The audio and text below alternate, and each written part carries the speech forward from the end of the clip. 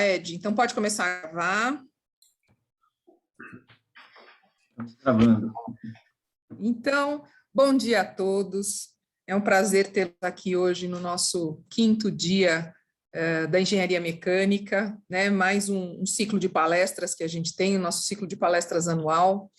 E esse ano a gente tem o tema importante, o importante papel do engenheiro e as mudanças climáticas, né? Eu estou feliz que hoje tem um monte de alunos aqui. Espero que vocês aproveitem muito as palestras, né? E que vocês aproveitem assim a chance de ter palestrantes tão qualificados, né? Pessoas da indústria, professores que têm muita coisa para passar para vocês. Espero que vocês curtam muito o nosso quinto dia de palestras da mecânica, da engenharia mecânica. E para fazer a abertura, então, eu convido o professor José Carlos de Souza Júnior, nosso reitor, que, por favor, faça a abertura do nosso quinto dia. Com a palavra, o professor José Carlos. Muitíssimo obrigado, Suzana. Um grande prazer estar aqui com os colegas, especialmente da engenharia mecânica, né? E nesse quinto dia da engenharia mecânica, com esse tema que realmente é bastante abrangente, acho que é interessante nesse desafio da gente pensar no engenheiro, mas também no impacto dele nas mudanças climáticas. Então, essa questão dos problemas complexos que abrangem não só a engenharia, mas como é que a engenharia interage com toda a sociedade, acho que são temáticas que devem estar sempre orbitando em torno desse engenheiro moderno que nós propomos formar aqui. Então, parabenizo tanto aos professores, na pessoa da professora Suzana, como todos os colegas aí, estudantes da engenharia mecânica e de outros cursos que podem estar conosco aqui também, por encamparem essa iniciativa. Então, fica aberto oficialmente o quinto dia da engenharia mecânica, do ciclo de palestras. Vou pedir para o Sr. Nitz também poder fazer algum. O Sr. Nitz, eu sei que também é um grande defensor desses ciclos de palestras, né? Então, vou pedir para o Sr. Nitz também deixar aqui algumas palavras para os colegas. Muitíssimo obrigado, viu? Parabéns a todos. Eu que agradeço. Obrigado, professor Zé Carlos. Cumprimento aqui a professora Suzana e assim cumprimento todos os professores da engenharia mecânica, porque afinal de contas esse evento também é para eles, né? Não só os alunos se beneficiam, como também os professores. E em especial cumprimento os alunos que estão aqui prestigiando o evento. E a iniciativa iniciada há 5 anos, né? Uma iniciativa ali liderada pelo professor Joseph e agora continuada pela professora Suzana e todos os demais professores. Eu entendo que é muito importante você parar de vez em quando, né, para visitar os grandes temas, esses temas que têm intersecção entre várias áreas, não são temas de uma disciplina, de uma atividade específica, são temas mais amplos e, quiçá, são temas, né, específicos da engenharia mecânica. Palestras como essa, elas têm o potencial de abrir a mente dos estudantes, né? Ninguém vai sair especialista nos temas aqui, não é esse o propósito, mas é despertar o interesse, a percepção, um olhar mais abrangente para os grandes desafios da humanidade, e a gente percebe que os palestrantes e os temas foram escolhidos com essa perspectiva. Aproveito para cumprimentar aqui o nosso palestrante, que já está presente, o Gustavo Paganini Canal. Muito obrigado, Gustavo, por nos prestigiar, compartilhar os seus conhecimentos aqui com os alunos. A gente é muito grato por isso. Seja muito bem-vindo à nossa casa, ainda que virtualmente. Tá bem? Então, devolvo a palavra para a professora Suzana, desejando a todos um evento bastante enriquecedor aí. Obrigado. Muito obrigada, professor Nitz, professor José Carlos, muito obrigada. Eu passo agora, então, a palavra para o professor Joseph, que é o anfitrião dessa palestra. Fique à vontade, professor Joseph. Muito obrigado, professora Suzana, muito obrigado, professor Nitz, obrigado, professor José Carlos, é sempre uma honra tê-los aí abrindo o evento do nosso curso. Eu tenho a satisfação enorme de apresentar o professor Gustavo Canal, do Instituto de Física da USP, é uma pessoa com quem eu tenho convivido aí há cerca de 1 ano, dentro do projeto Tokamak, que ele lidera dentro do Instituto de Física. O professor Gustavo Canal, ele é PhD em Física de Plasmas pela Escola Politécnica Federal de Lausanne, na Suíça. Ele é professor livre docente do Instituto de Física da Universidade de São Paulo. Ele tem um histórico muito interessante, ele talvez possa nos dar maiores detalhes. Ele é formado pela Federal do Espírito Santo e trabalhou bastante tempo no doutoramento dele lá na Suíça, mas também trabalhou nos Estados Unidos, na General Atomics, e lá ele teve contato com um físico muito importante dessa área dos tokamaks, né, que é o acrônimo em russo para esse reator toroidal, né, onde acontece a fusão nuclear. Ele vai explicar para a gente um pouquinho sobre o funcionamento desse equipamento. E ele assumiu para ele essa missão de reformar o reator tokamak que existe no Instituto de Física da USP, que está praticamente desativado. Houve um pulo muito grande do número de publicações no Brasil quando esse reator estava ativo, né? E o Brasil hoje está bastante atrasado em termos de números de publicação, ou defasado, talvez seja a palavra. E ele tem esse sonho que ele trouxe do exterior e está investindo, né, fortemente nesse projeto, do qual o IMT faz parte. Eu acho que a maioria dos professores e dos alunos não sabe disso, mas acho que o professor Gustavo deve tocar, né, nesse assunto. Nossa instituição faz parte desse projeto maravilhoso dele, e ele pretende, então, reformar esse tokamak para um padrão atual, para que as pesquisas possam voltar a plena carga aqui no Brasil, a gente possa dar contribuições realmente significativas para essa fonte de energia limpa, que é a grande promessa do futuro. Muito obrigado e muito bem-vindo, professor Gustavo Canal. Ei, Joseph, obrigado pela introdução. Eu agradeço também os professores Suzana, José Carlos e o professor Nitz também. O professor Nitz eu conheci rapidamente, eu acho que foi na primeira vez que eu tive na Mauá, e eu comentei que eu tinha acabado de retornar do exterior, né? Eu fiquei 10 anos fora, e eu fiquei extremamente impressionado com a estrutura da Mauá.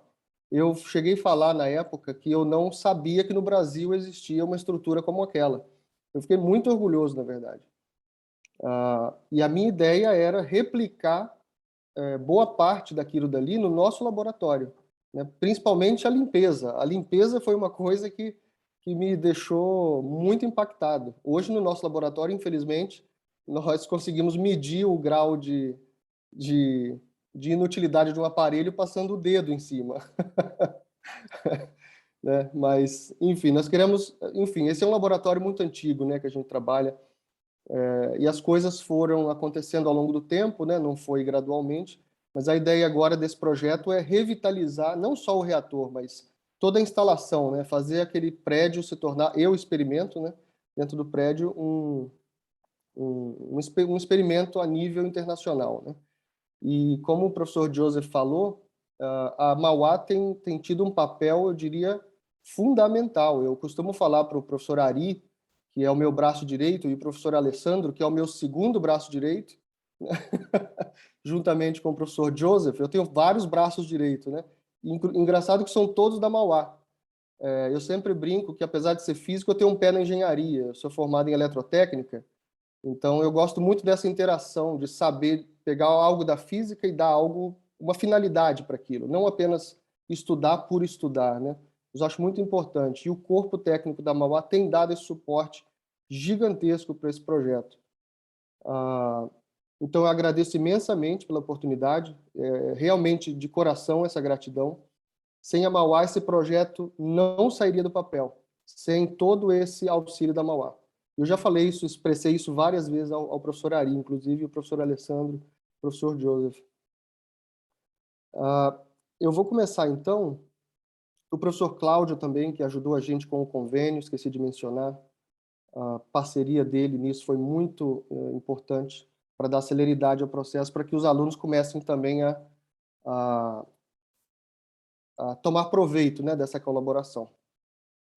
Queria apenas confirmar se vocês estão vendo eu mudar de página. Perfeitamente, Gustavo. Tá, então deixa eu hide float meeting control. Deixa eu tirar o meu vídeo aqui, aí eu consigo ver a minha página. Bom, vamos lá. Em todas as minhas apresentações, eu gosto de colocar uma imagem de capa, né? E hoje eu coloquei, geralmente eu coloco nas minhas apresentações do projeto, eu coloco o TCABR, né?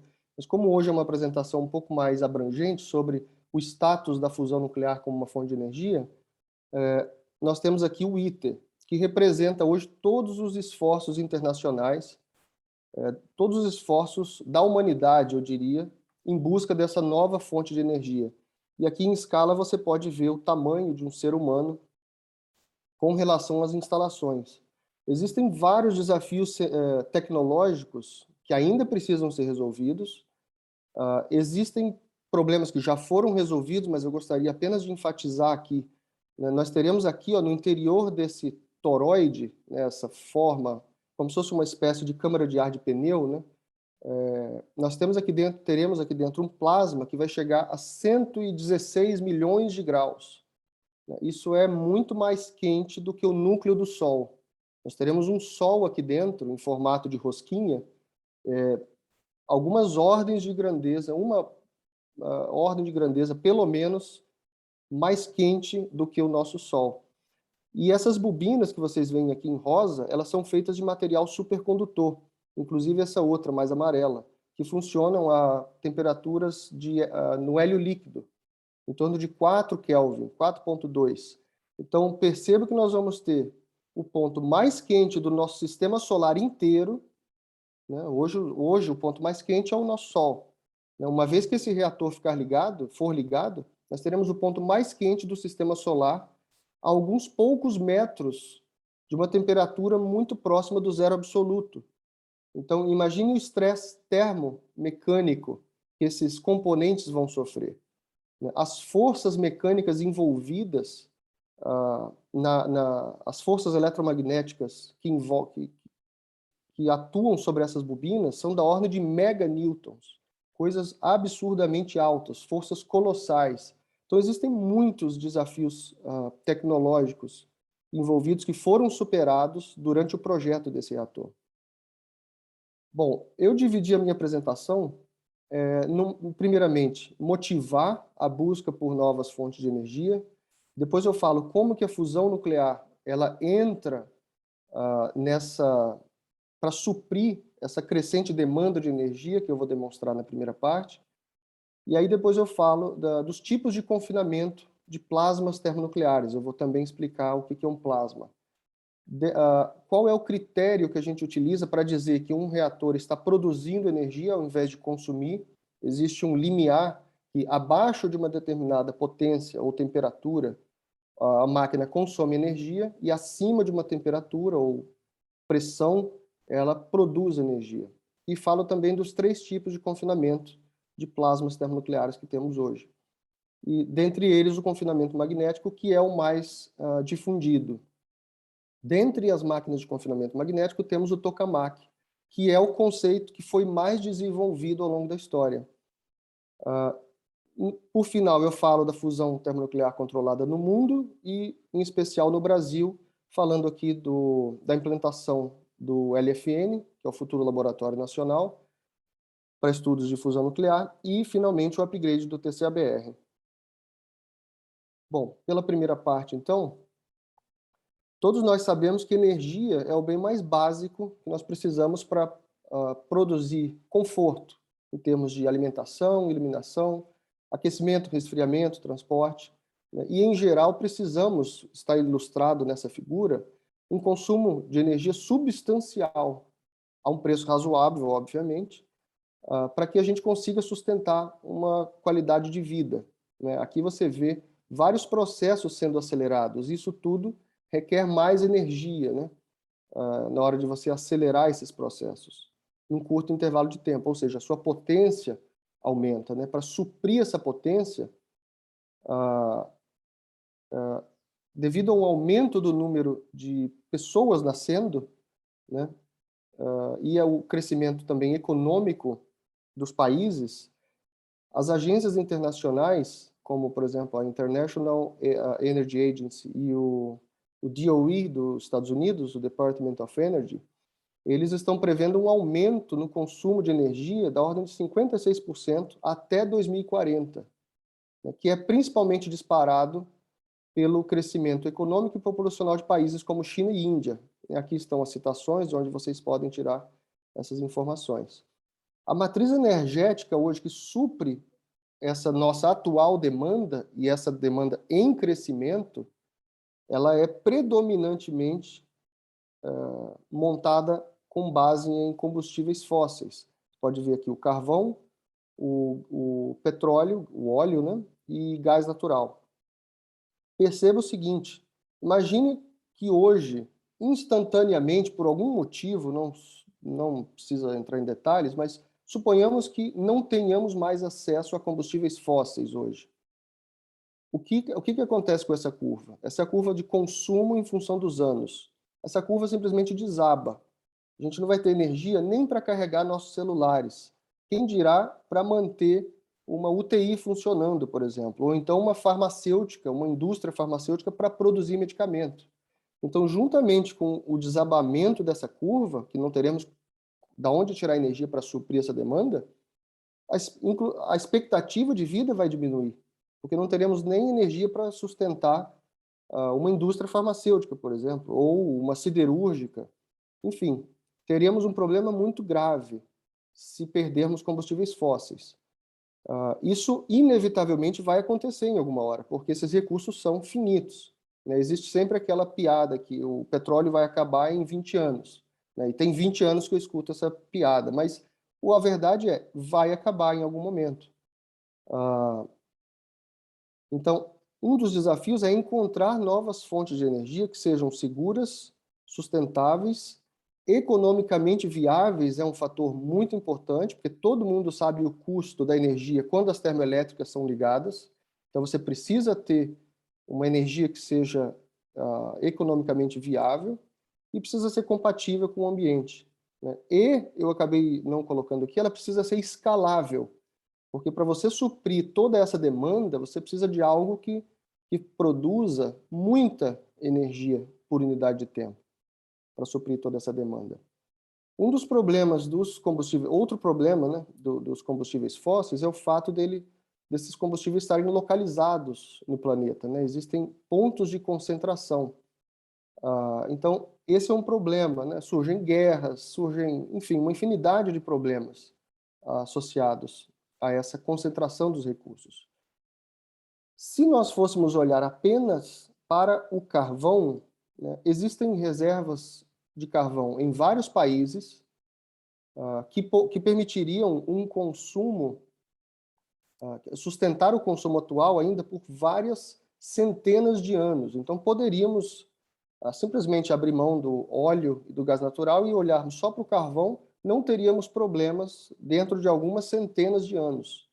No entanto, o CO2 que é liberado durante essa queima, ele já está causando um impacto negativo observável ao meio ambiente. E hoje, busca-se minimizar ou até eliminar essa fonte de energia. Então, a quantidade de energia que obtemos pela queima de combustíveis fósseis deve ser limitada, né, para evitar esse aumento, esse impacto negativo. E hoje existem pouquíssimos cenários onde esses combustíveis fósseis são completamente substituídos por outros recursos menos agressivos, né? Eu diria que, na verdade, não existe nenhum cenário hoje que consiga suprir aquela diferença toda em termos de energia, em termos de potência. E, na ausência de uma solução, obviamente, temos que buscar por alternativas. E, dentre essas alternativas, desenvolver aquela que tenha mais qualidades do que malefícios, né? E a fusão nuclear é uma delas, né? Vou falar um pouco agora da fusão nuclear. Da onde a gente tirou a ideia de que é possível extrair energia através de um processo de fusão nuclear? Olhando para o Sol. O Sol já está lá há 4,6 bilhões de anos funcionando, produzindo uma potência da ordem de 4 vezes 10 a 26 watts de potência. Isso corresponde, na superfície da Terra, num dia sem nuvens, ao nível do mar e ao meio-dia, em torno de 1 kW por metro quadrado na superfície da Terra. Se levarmos em conta a eficiência de painéis solares, estaríamos falando aí de talvez 300, 400 watts por metro quadrado, né? Essa seria, digamos assim, a energia máxima, fisicamente falando, teríamos acesso na superfície da Terra. Eu costumo brincar que energia solar nada mais é do que energia por fusão, onde o reator está a uma distância segura. né, que é o nosso Sol aqui. Eu gosto de mostrar essa erupção solar também, porque ali mais para frente eu vou falar de uma instabilidade no plasma que acontece e ela se parece muito com essas instabilidades na borda do Sol. Tá? Dentre as possíveis reações nucleares que liberam energia, as exotérmicas, nós temos a reação entre o primo pesado do hidrogênio, que a gente chama de deutério, e um primo um pouco mais pesado, que é o trítio. Né? Ambos são hidrogenoides, possuem um próton, que é o vermelhinho. O deutério possui um nêutron e o trítio possui dois nêutrons. O hidrogênio não possui nêutron. Tá? Quando você funde deutério com trítio, você produz um núcleo de átomo de hélio, que a gente chama de partícula alfa, e um nêutron. E se você somar as massas antes e depois da reação, você vai ver que a massa final do nêutron mais a do hélio, ela é menor do que a massa do deutério mais a massa do trítio. Essa diferença de massa, quando plugada na equação de Einstein, multiplicada pela velocidade da luz ao quadrado, ela te dá a energia liberada nesse processo. Então, é daqui que vem a energia que a gente está buscando. Essa é a energia que vai ser convertida em eletricidade. Ela vem da diferença de massa entre os núcleos que estão envolvidos nessa reação. Não é de se esperar que existem vários desafios científicos e tecnológicos para dominar um processo desse. Um deles é o seguinte: nós estamos falando de núcleos. Núcleos são positivos. Como é que você consegue chegar dois núcleos positivos, duas cargas positivas próximas, sem que elas sejam repelidas? Né? Se você coloca pouca energia nas partículas, elas vão se aproximar, a energia do sistema aumenta, e se ela não tiver uma energia suficiente para atravessar essa barreira de potencial, elas simplesmente se afastam. Tá? Então, você precisa dar uma energia suficientemente alta para que esses núcleos positivos consigam chegar perto o suficiente para que uma outra força, que não é essa força eletromagnética de repulsão de cargas positivas, mas uma outra força atue, que é a chamada força nuclear forte. Essa força ela tem um alcance muito pequeno, porém ela é muito mais forte do que a força de repulsão.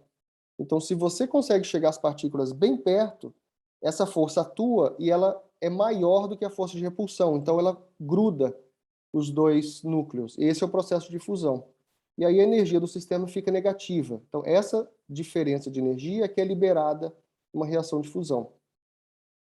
Hoje, a solução mais promissora para você fundir dois átomos, dois núcleos, um de deutério e um de trítio, é você pegar um gás de deutério, uma mistura de deutério e trítio gasosa, e você aquecer esse gás a temperaturas altíssimas. Por isso, esse processo de fusão ele é chamado de fusão termonuclear. Se você apenas atirasse um núcleo de deutério contra um núcleo de trítio, você teria fusão nuclear. Mas o fato de você pegar uma mistura gasosa e aquecer a temperatura, nós chamamos isso de fusão termonuclear. Nessas temperaturas altíssimas, tanto o deutério quanto o trítio já perderam seus elétrons, porque a colisão entre eles é tão violenta que os elétrons acabam sendo arrancados e você acaba tendo uma mistura, uma sopa de núcleos positivos e elétrons. E esse estado a gente chama de um estado de plasma. Por muito tempo acreditou-se que o plasma era um estado da matéria, né, o chamado quarto estado da matéria, vindo logo depois do gasoso. Na verdade, para ser mais exato, o plasma ele não é um estado da matéria, porque não existe uma transição de fase. A transição entre um gás do gasoso para o plasma, quando você fornece energia para um gás, ela é contínua. Ela é bem abrupta, tá? Por isso ela dá a impressão de ser um novo estado, porém ela é contínua. Então, por isso, categoricamente, a gente não chama o plasma de um quarto estado da matéria. Tá? Ele é um estado particular do gasoso, digamos assim. Existem vários plasmas, exemplos de plasmas naturais aqui. Eu estou mostrando o Sol, as auroras boreal, austral, descargas atmosféricas e também plasmas criados artificialmente, como, por exemplo, tochas de plasma. nitretação, para você fazer um tratamento superficial em materiais, por exemplo, numa engrenagem, para que você tenha uma engrenagem suportando maiores forças, você pode fazer um tratamento com plasma de nitrogênio. Você tem também plasmas a pressão ambiente, que podem interagir com a nossa pele para cauterização, por exemplo, e uma série de outros tratamentos cosméticos. Esterilização, por exemplo. Dentre esses plasmas termonucleares, existe o chamado critério ou produto triplo de Lawson, tá? que é a condição que diz quando a máquina, ou o plasma, né, no caso, vai produzir energia ao invés de consumir energia. Existem 3 grandezas que definem essa condição. Primeiro de tudo, é o tempo de confinamento da energia. Então, uma vez que houve uma reação de fusão, essa energia foi produzida dentro do plasma. Quanto tempo demora para essa energia difundir radialmente e sair do plasma? É o chamado tau-E, tempo de confinamento da energia. O segundo é a temperatura do plasma, né? Ou seja, quanto maior a temperatura, maior a energia cinética das partículas, então mais violentas são as colisões entre deutério e trítio, maior a probabilidade de haver uma reação de fusão. A mesma coisa, a densidade de núcleos de deutério e trítio. Quanto mais partículas, maior a probabilidade de um encontro. Então, esses 3 fatores, eles maximizam a probabilidade de você ter uma reação de fusão acontecendo. E o produto dessas 3 quantidades te dá a condição mínima para que fusão comece a produzir energia. Né? Quando o produto triplo for maior do que esse número nessas unidades, ou maior do que 5 atm segundo, você tem sim um plasma produzindo energia ao invés de consumir energia. Tá? Aqui é possível ver 3 curvas, onde a reação de deutério e trítio seria a curva azul, você tem aqui o produto triplo, e a temperatura aqui em kevs ou em milhões de graus no eixo X. Você vê aqui que existe um mínimo dessa curva, ou seja, para você chegar no lado de cima dessa curva, existe uma temperatura ótima, que é em torno de 14 keV, que é uma medida que a gente usa para quantificar a temperatura. Né? Eletronvolt, categoricamente, é uma unidade de energia, mas a gente utiliza ela para a temperatura também. Tá? Então, 14 keV seria mais ou menos em torno de 110, 120 milhões de graus, que é a temperatura que eu mencionei.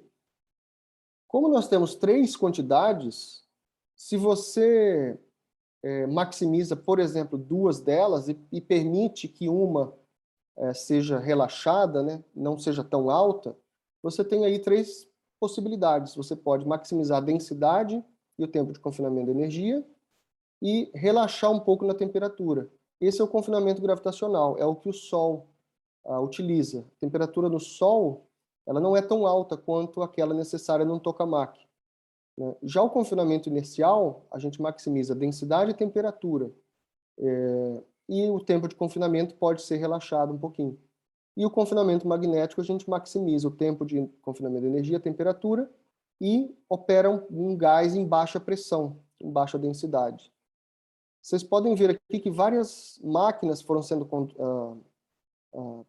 projetadas e construídas, indo em direção a essa condição chamada de Q igual a 1, que é a condição em que a máquina produz a mesma quantidade de energia, que ela produz a mesma quantidade de energia utilizada para manter o plasma quente. Acima dessa linha Q igual a 1 é onde a máquina, então, produz energia de verdade. Tá? Então, as máquinas foram sendo construídas para passar dessa linha. O ITER, como vocês podem ver aqui, está sendo projetado e construído, foi projetado e está sendo construído para operar em Q igual a 10, ou seja, ele produzirá 10 vezes mais energia do que ele consome. O confinamento gravitacional, ele é intrinsecamente estável, né? Não é à toa que o Sol já está lá há quase 5 bilhões de anos funcionando. Nessa configuração, o que acontece? Você tem inicialmente o gás sendo comprimido pela força gravitacional. Quando você comprime um gás, a temperatura dele aumenta. Quando essa temperatura aumentou, reações de fusão nuclear começaram a acontecer e começou a liberar energia. Então, o gás tenta expandir por causa dessa pressão. No entanto, a força gravitacional puxa para dentro de volta. Chega um momento que essas duas forças se balanceiam e isso determina, então, o raio do Sol. Né? Dada, então, a distribuição de pressão, é possível calcular qual seria o raio do Sol. Então, essa é uma conta relativamente simples, inclusive. O segundo método de confinamento é o confinamento inercial, que muitos de vocês devem ter ouvido falar nesse último mês, que é feito no Lawrence Livermore National Laboratory, nos Estados Unidos, que fica na Califórnia. Eu tive o prazer de entrar nesse laboratório, eu dei uma palestra lá, e é uma instalação militar, na verdade, né? Eles têm uma câmara esférica de, se eu não me engano, uns 3 ou 4 metros de raio, onde eles têm um braço, e esse braço leva até o centro dessa câmara um cilindrinho de ouro. Dentro desse cilindrinho de ouro, eles têm uma esfera de ouro, e dentro dessa esfera de ouro, eles têm deutério e trítio congelado. E essa esferinha, então, fica dentro desse cilindro. Eles têm 192 lasers de altíssima potência, os mais poderosos hoje do mundo, e esses lasers, eles entram pelos orifícios laterais desse cilindro e batem nessa camada de ouro do cilindro. Por que eles não atiram direto nessa esferinha? Porque se eles irradiarem pontinhos na esfera, eles irão vaporizar essa esfera não uniformemente. Então, eles conseguem fazer com que a esfera seja aquecida uniformemente utilizando o princípio de radiação de corpo negro. Se eles conseguem fazer com que essa casca cilíndrica aqueça, dentro desse cilindro, a radiação de corpo negro ela é homogênea. Então, essa radiação de corpo negro ela consegue irradiar uniformemente essa esferinha. E aí o que acontece é que essa camada de ouro dessa esfera, ela praticamente é pulverizada, ela expande radialmente para fora, como se ela estivesse explodindo. Porém, pelo princípio de ação e reação, para que essa casquinha seja ejetada, ela gera uma onda de compressão no deutério e no trítio. Então, a densidade e a temperatura do trítio vão a valores gigantescamente altos. Porém, isso ocorre por um intervalo de tempo de microsegundos, ou muito menos, na verdade. Isso faz com que aquele produto triplo que eu mostrei anteriormente, no confinamento inercial, a densidade e a temperatura são altas, mas o tempo de confinamento é baixo, porque isso é praticamente uma explosão, né? Porém, o produto triplo ainda, nós vimos agora há pouco tempo, há um mês, esse produto triplo é maior do que aquele necessário, então essa reação produziu energia. Tá? Essa aplicação, por mais que seja vendida, vamos botar assim, pelos jornais, como uma possível fonte de energia, ela nunca vai se tornar essa tecnologia nunca será empregada numa usina de energia, né? Nos corredores lá dos laboratórios dos Estados Unidos, a gente sempre sabia que esse experimento ele é conduzido para fins militares, para fins de estudar, infelizmente, o estágio inicial da bomba atômica. Essa explosão, ela é praticamente a explosão de uma bomba H. Então, eles conseguem monitorar e estudar e otimizar o estágio inicial dessa bomba em miniatura, no caso. E, por último, o confinamento magnético. Todos nós sabemos que cargas elétricas sujeitas a campos eletromagnéticos sofrem uma força. Então, como o plasma está muito quente, a gente precisa fazer com que ele desencoste das paredes. Como é que a gente pode fazer isso? A gente pode usar campos magnéticos. Se você tem um gás de partículas carregadas, essas partículas vão bater nas paredes, por exemplo, desse cilindro, se não houver um campo magnético. Quando você aplica um campo magnético, as linhas de campo, que estão aqui representadas em azul, elas funcionam como se fosse uma espécie de teia de aranha para as partículas. As partículas ficam presas nas linhas de campo. E você pode ver que elas começam a espiralar, a girar enquanto se movimentam ao longo das linhas de campo. Elas giram ao redor da linha de campo aqui. Então, essa é uma forma de você confinar as partículas. Elas não vão mais bater nas paredes laterais do cilindro porque elas estão presas na linha de campo. Esse é exatamente o efeito que causa as auroras boreal e austral nos polos do planeta. Quando aquelas erupções solares emitem partículas carregadas, que elas vêm do Sol, ao encontrar as linhas de campo do nosso planeta, elas acabam espiralando ao redor dessa linha e indo em direção aos polos. Por isso que a gente só tem aurora boreal e austral nos polos. Quando essas partículas chegam na alta atmosfera, elas colidem com as moléculas do ar, exatamente como numa lâmpada fluorescente. Essas moléculas, então, recebem essa energia, o elétron dessa molécula transiciona para um estado de maior energia. Quando ele retorna para o estado fundamental, ele emite essa energia, essa diferente energia, em forma de fóton, e é daí que vem essa luz. Tá? E por isso que essas luzes acontecem nos polos do planeta. Uma forma de você aprisionar partículas é fazendo, então, uma garrafa magnética. Se você colocar um anel de corrente, uma bobina, de um lado e do outro, e circular uma corrente, você gera uma configuração de linhas de campo nesse formato. E as partículas elas vão ficar batendo nos gargalos dessa garrafa magnética. Existe uma força que sempre puxa para o centro, como se fosse uma mola. Quando você distende ela, a força puxa para o centro. Quando ela vem para cá, ela puxa para o centro de novo. O problema dessa configuração é que ela aprisiona as partículas até um determinado valor de energia. Partículas com energia acima de um determinado valor conseguem escapar dos gargalos da garrafa magnética. Qual foi a ideia que eles tiveram? Vamos fechar esse sistema, vamos pegar o início, vamos torcê-lo e ligá-lo ao final. E daí que veio, então, a estratégia de fazer um toroide, um tokamak, na verdade, então, um toroide, uns linhas de campo toroidal, é formado por um campo magnético onde as linhas dão a volta e fecham nelas mesmas. Então, você consegue já imaginar as partículas aprisionadas aqui dentro. Então, essa é a típica garrafa magnética que nós utilizamos. Hoje, a maior máquina que nos permite estudar a fusão é o chamado JET, Joint Experiment Torus.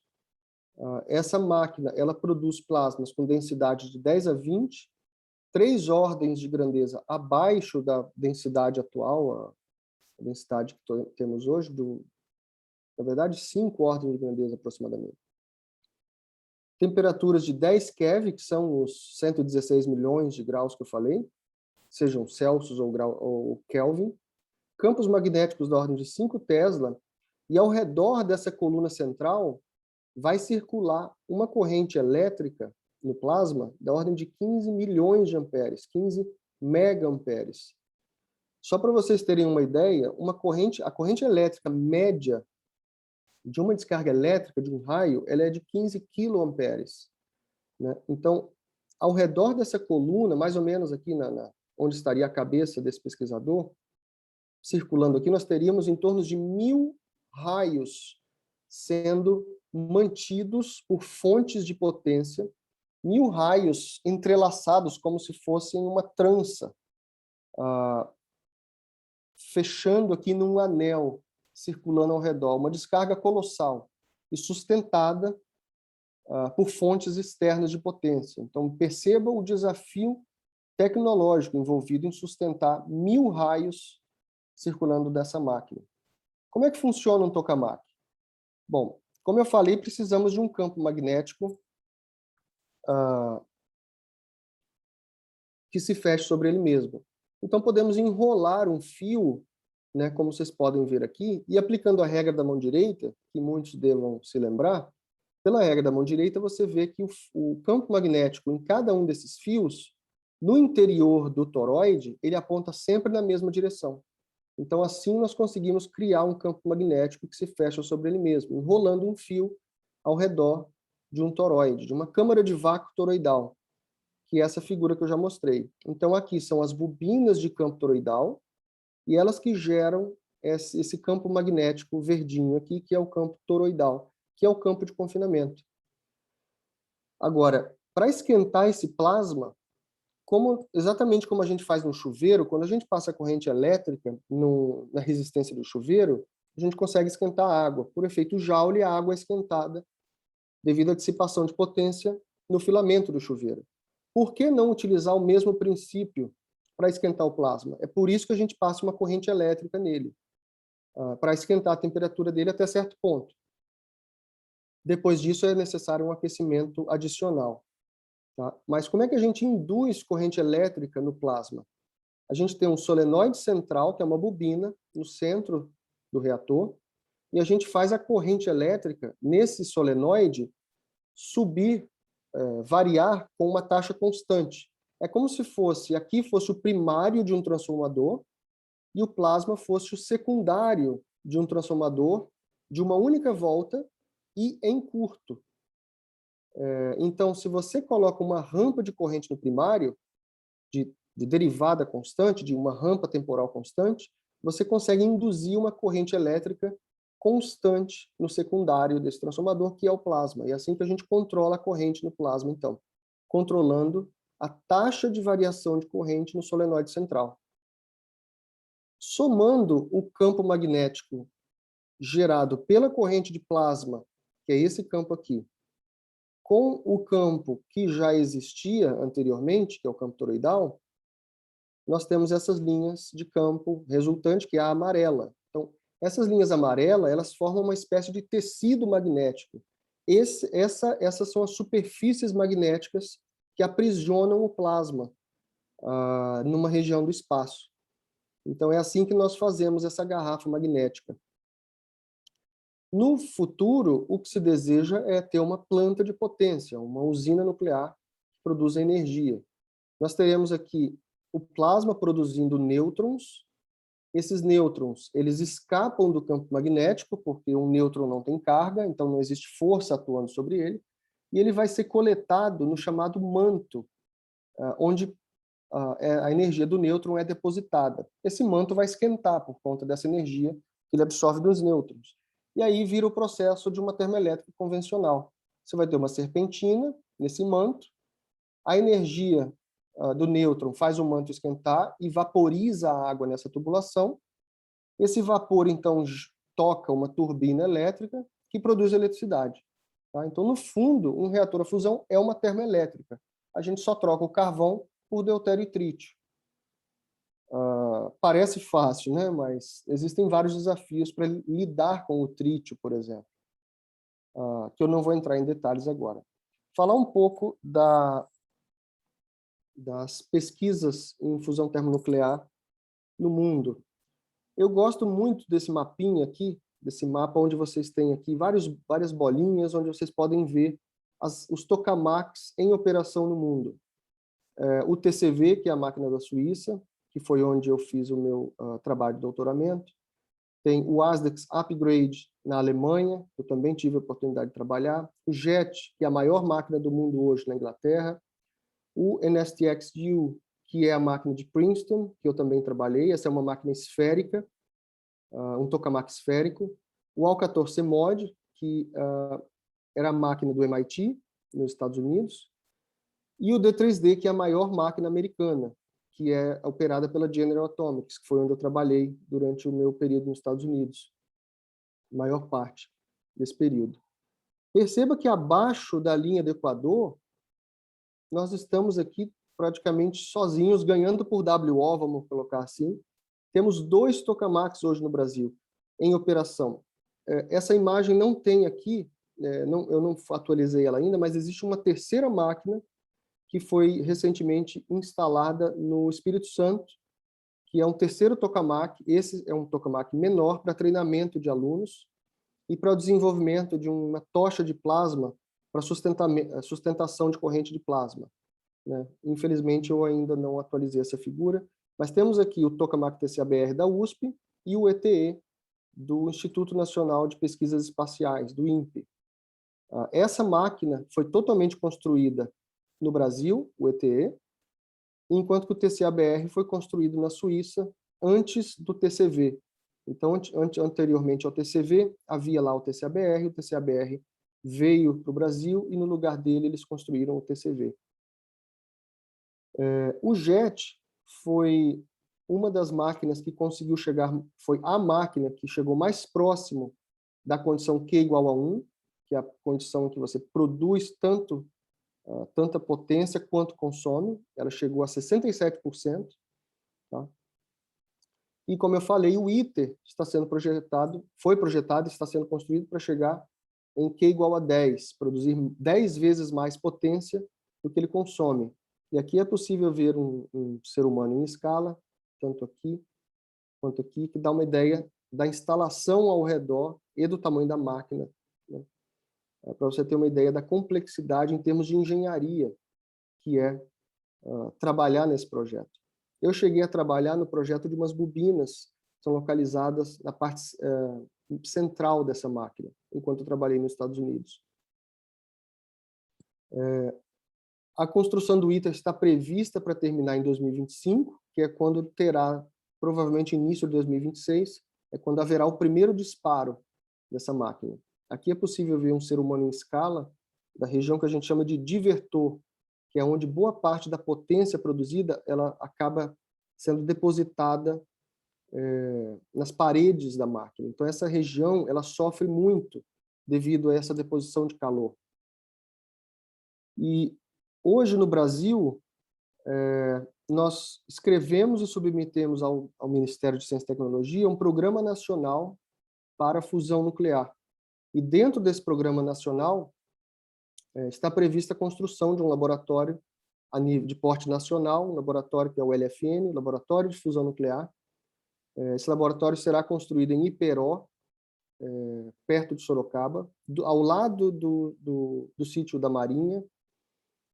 Nesse laboratório será construído um novo reator, um reator com bobinas supercondutoras, que atingirá a condição Q igual a 1.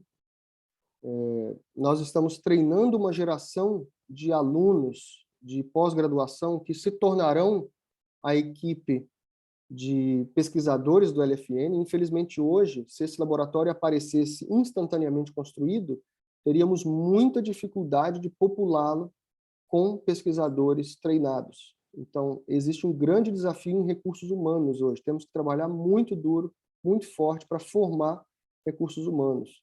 Por isso que temos colaborações com a General Atomics, na Califórnia, em San Diego, com Princeton, em New Jersey, e Lausanne, na Suíça. Nós temos colaborado com esses laboratórios para enviar alunos para lá, para fazer doutoramento, para que depois eles retornem, como foi o meu caso, para que depois eles ajudem a construir essa nova rota para a obtenção de energia, digamos assim. Hoje, os estudos em fusão nuclear no país, eles estão praticamente concentrados, principalmente os estudos experimentais, estão praticamente concentrados no Laboratório de Física de Plasmas da USP. Esse é o prédio onde a gente opera o TCA-BR, o nosso tokamak. Ele é bastante fácil de ser encontrado, ele fica exatamente em frente ao maior prédio da USP, que é o prédio do Instituto de Física. Ele é visível em vários pontos da universidade, então é bem fácil de se orientar. Ele fica exatamente em frente. Para aqueles que não conhecem ainda o laboratório, fica o convite, né? Podem contactar o professor Joseph, o professor Alessandro, o professor Ari, o professor Cláudio, e com certeza a gente pode organizar uma ida para lá para que vocês conheçam o laboratório. Essa é uma foto mais antiga, aqui dá uma vista aérea do prédio, em frente a esse prédio mais alto que eu falei, e esse é o TCA-BR, essa é a nossa máquina, que veio da Suíça. Essa máquina, ela chega até 100 kA, nós estamos falando aí em torno, como eu falei anteriormente, em torno de 6 a 8 raios circulando ao redor dessa máquina, e a gente consegue hoje sustentar essa descarga por 100 milissegundos. Né? O trabalho do professor Alessandro, inclusive, é projetar um sistema de fontes de potência que vai sustentar essa descarga, vai aumentar essa corrente para 150 kA e sustentar essa descarga por pelo menos 1 segundo. Esse é um grande desafio. E são 17 fontes dessa que teremos que construir. O caráter inovador desse upgrade que está sendo projetado é a instalação de um conjunto inovador de bobinas, que a gente chama de bobinas RMP, que são bobinas que produzem campos ressonantes, que ressoam com o plasma. Hoje, a máquina que tem o maior número de bobinas no seu interior é o MAST, é o tokamak que fica na Inglaterra, é um tokamak esférico, do lado do tokamak jet, e esse tokamak tem 18 bobinas em seu interior. 12 bobinas na parte inferior, podem ser vistas aqui, e 6 bobinas na parte superior, totalizando 18 bobinas no interior da máquina, 18 ao todo. A nossa máquina, ela terá 108 bobinas. Então, nós teremos como validar modelos físicos em condições muito, muito longe das condições hoje criadas em outras máquinas. Então, esse é o diferencial da nossa máquina. Teremos vários pesquisadores de vários laboratórios do mundo vindo fazer experimento aqui em condições extremas. Então, é possível ver aqui esse monte de bobinas que vai ser instalado. Existe aqui um recobrimento de grafite para evitar que o plasma bata diretamente, tanto na câmara de vácuo quanto nas bobinas. E esse é um trabalho muito complicado em termos tecnológicos, porque essas bobinas elas precisam de uma corrente de aproximadamente 2 kA, alta tensão de aproximadamente 4 kV, elas terão que trabalhar em 200 graus, em alto vácuo, da ordem de 10 a menos 7 bilibar, e elas estarão sujeitas a forças da ordem de, chegando talvez a 100 kN, e vibrando a 10 kHz. Uma corrente de 2 kA, tensões de 4 kV, oscilando a 10 kHz. Isso é um desafio tecnológico gigantesco. Qualquer falha mecânica no projeto do suporte dessas bobinas vai fazer com que essas bobinas sejam arremessadas dentro dessa câmara de vácuo. E uma falha mecânica, portanto, vai ser catastrófica. Você vai destruir tudo lá dentro, se uma única dessas bobinas se desprender. Então, existem vários desafios que a equipe da Mauá está contribuindo. O professor Joseph, particularmente, está nos auxiliando na parte de simulação, modelagem dessa estrutura inteira, para calcular os estresses termomecânicos, eletrotermomecânicos, né, todos envolvidos, porque, como existem correntes alternadas, essa corrente alternada induz corrente elétrica na câmara de vácuo, e existe, portanto, uma dissipação de corrente na câmara de vácuo que gera um estresse termomecânico. Então, essas simulações são bastante importantes para o andamento desse projeto. A alimentação dessas bobinas, como eu falei, também é um desafio, e está prevista a submissão de um projeto à parte, a FAPESP, né, juntamente com o corpo da Mauá, um projeto PIP. Vou falar um pouco do sistema de controle. Essas bobinas vermelhas que vocês estão vendo aqui, elas nada mais são esses quadradinhos do que a intersecção de uma bobina com um plano, que é o plano que está sendo mostrado aqui à direita. Então, você pode ver aqui esse contorno azul como sendo a borda do plasma, como sendo o corte do plasma. Tá? E no TCA-BR, nós iremos conseguir uma rosquinha, digamos assim, com formato circular. É como se aqui fosse um corte, né, de uma câmara de pneu de carro que estiver no chão. Você faz um corte, uma seção vertical, digamos assim. Você tem uma seção circular.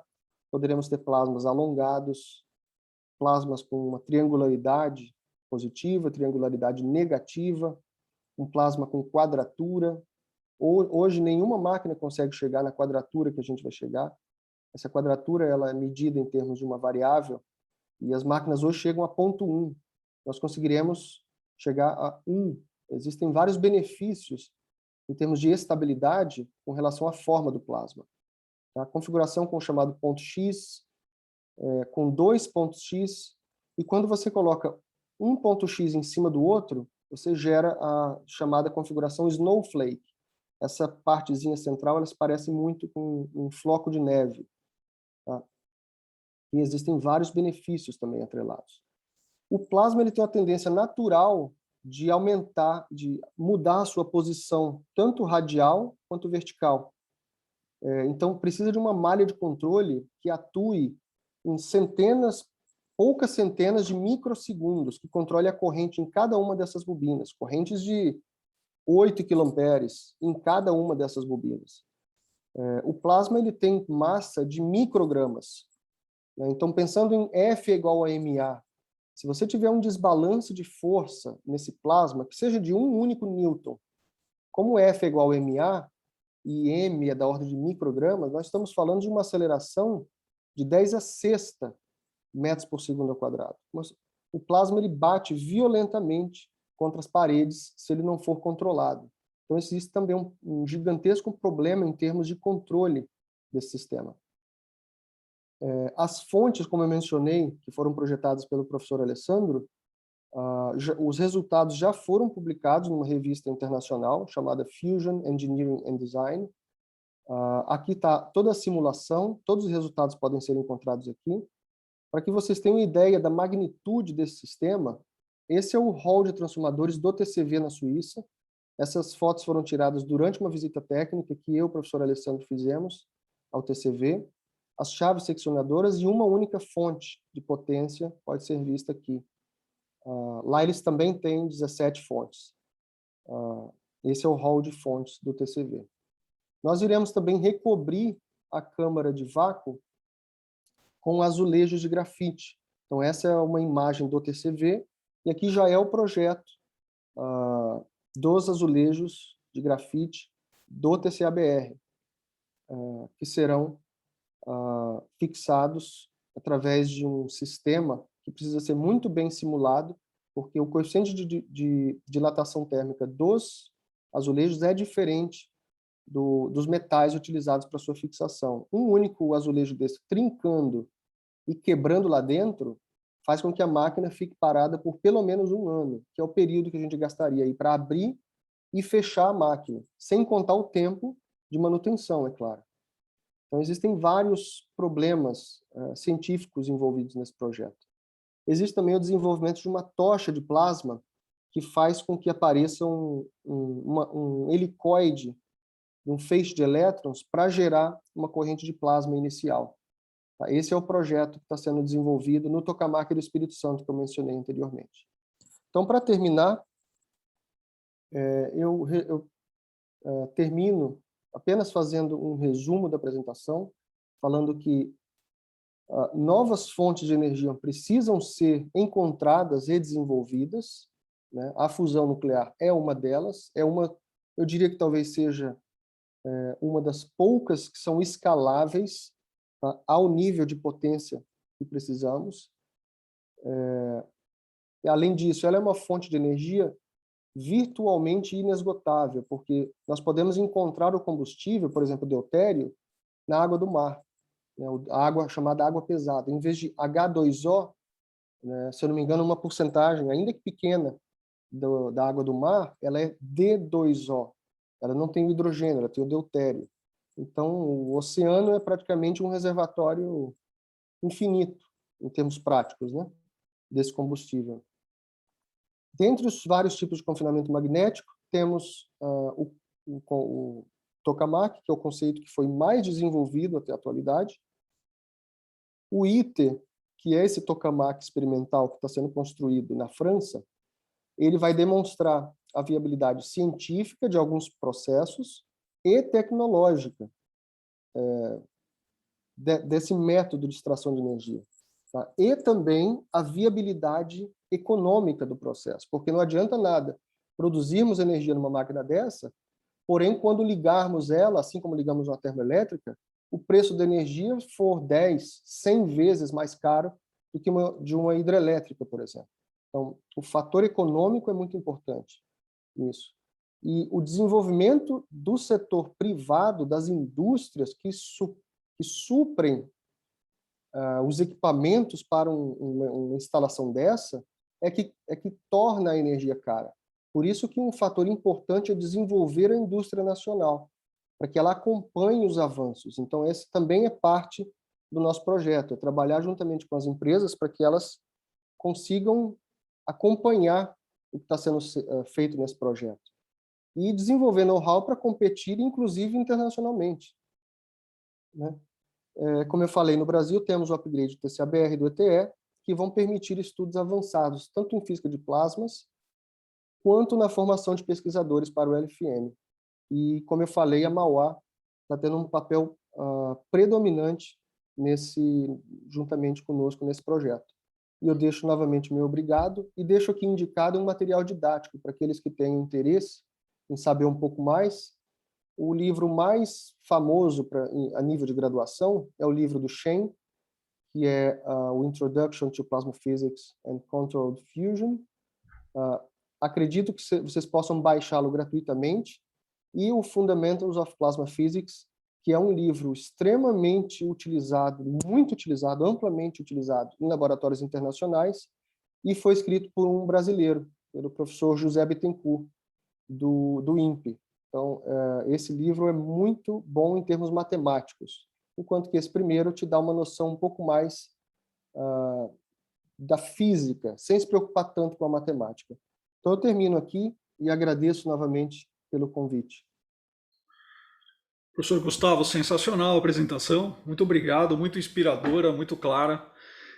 Eu queria também aproveitar e fazer um agradecimento em nome da nossa comunidade por você ter franqueado acesso ao nosso aluno Felipe Beckman do 3º ano, que pôde assistir como ouvinte a sua disciplina de pós-graduação de Plasma 1 nesse semestre. Ele aproveitou bastante. Talvez você tenha percebido na reunião da semana passada do grupo de engenharia que o André Bolzan, que é muito aplicado, né, ele apresentou já alguns resultados preliminares e já tem simulações que o Felipe andou fazendo, né, dentro da estrutura da Mauá e contribuindo com o trabalho do André. Então, acho que está retribuindo bastante a sua confiança aí, agradeço. E também agradeço ao acolhimento do Guilherme Simanque Lobo, que é aluno da produção, e da Vanessa Dib Sarkis, que é de Química, que são os alunos que estão interessados em fazer o mestrado na USP para poder atacar temas de pesquisa do tokamak. Muito obrigado. Temos algumas...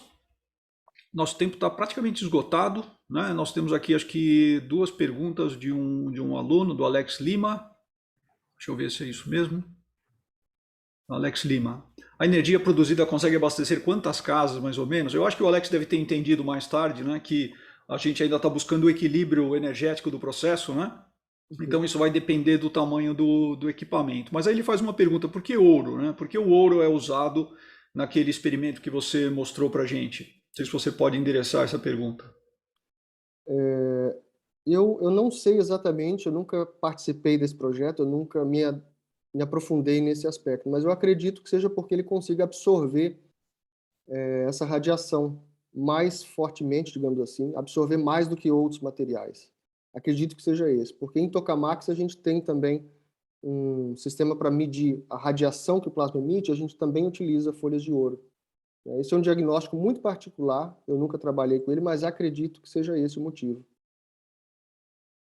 Muito obrigado. Tenho mais algumas perguntas aqui. Marcelo Paiva, como é o aquecimento adicional do plasma citado na palestra? Existem vários fenômenos. Imagine que você pegue um copo e você coloque água e óleo de soja. Se você coloca esse copo no micro-ondas, qual das duas substâncias vai ser aquecida? A água. O óleo vai ser aquecida porque está em contato com a água. A mesma coisa acontece no plasma. Você tem o fluido de íons e o fluido de elétrons. Se você manda uma micro-ondas, manda a radiação na banda de micro-ondas, essa radiação ela ressoa com os elétrons. Os elétrons absorvem energia e acabam esquentando os íons. Ou você pode emitir uma onda eletromagnética de radiofrequência, uma frequência mais baixa, e ela vai ressoar com os íons. E aí os íons esquentam e também transferem parte dessa energia para os elétrons. Então você consegue esquentar as partículas de forma independente no plasma. Excelente. O Vitor Zuccherato pergunta como é que eu posso começar a auxiliar nesse projeto do Tokamak também. Olha que interessante, é esse tipo de reação que a gente está buscando, né? Existem mais algumas vagas para colaboração, né? Então eu pediria ao Victor que me procurasse para a gente poder conversar sobre esse assunto. Trabalho é o que não falta, né, Joseph? Trabalho não falta. O Marcelo Paiva pergunta novamente por que a diferença entre o número das bobinas superiores e inferiores no Tokamak. A gente consegue, imagine que você tenha uma rosquinha vista de cima, imagine que você tem uma função seno, por exemplo. Esse seno tem um período. Você consegue encaixar um número inteiro de períodos num círculo, né? Hoje, as máquinas conseguem chegar a 4 ciclos, 4 períodos. A nossa máquina vai conseguir encaixar 9 períodos. Por isso, 18 bobinas, né, distribuídas toroidalmente, e 6 conjuntos. Então, nós vamos aumentar o espectro das perturbações que iremos conseguir aplicar.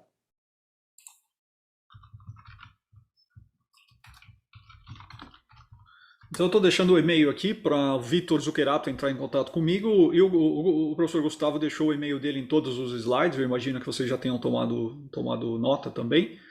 E acho que essas são as perguntas, professor Gustavo. Foi excepcional, o professor Ed, felizmente, gravou sua apresentação, que eu acho que vai ser acessada pelos alunos que estão em estágio, né, nesse momento, não podem participar, infelizmente perdendo a oportunidade, mas vão poder ver o seu filme nos próximos dias dentro da comunidade da Mauá.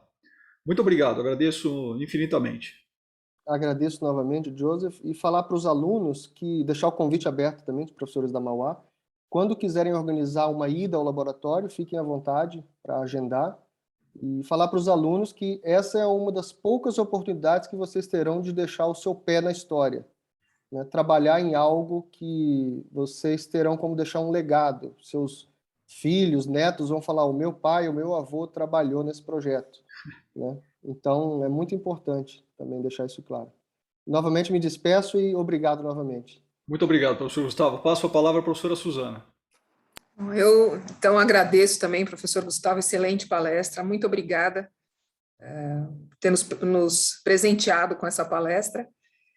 E, então, já que não temos mais perguntas, pessoal, eu vou encerrar nossa sessão agora, mas lembrando, a gente vai ter um intervalo agora para o almoço, né? E a nossa próxima palestra, ela começa às 13h30, nesse mesmo link, tá bom? Então, eu vou encerrar agora, mas nós voltamos às 13h30 com as próximas palestras. Muito obrigada. Tchau, gente. Tchau, obrigado. Até mais tarde. Tchau, pessoal.